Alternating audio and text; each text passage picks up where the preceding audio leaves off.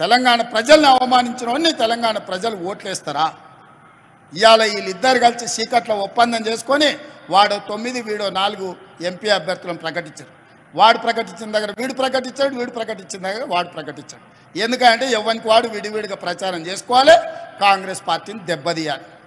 ఎంతసేపు చీకటి ఒప్పందాలే కేసీఆర్. పొద్దుటిపూట బయటకు వచ్చేది లేదు, ప్రజల్ని కలిసేది లేదు. ఇంకా కూడా సిగ్గు రాలే, మారలే, ఇంకా అట్లనే దొంగ బుద్ధే, వంకర బుద్ధే. ఎంతసేపు ఉన్న చీకటే వారాలే. అందుకే అక్కలారా, ఇవాళ 1,00,000 మందిని చూసిన నాకు నమ్మకం వచ్చింది. రాబోయే కొద్ది రోజుల్లో 10 లక్షల మందితోని మా ఆడబిడ్డలతో కవాతు చేపించి ఈ తెలంగాణ రాష్ట్రంలో ఉన్న 1 కోటి మంది ఆడబిడ్డలు కాంగ్రెస్ పార్టీతో ఉన్నారు. ఈ కాంగ్రెస్ పార్టీని, ప్రభుత్వాన్ని కంచేసి కాపాడతారు. కరెంటు వైర్లలాగా అడ్డంగా నిలబడతారు.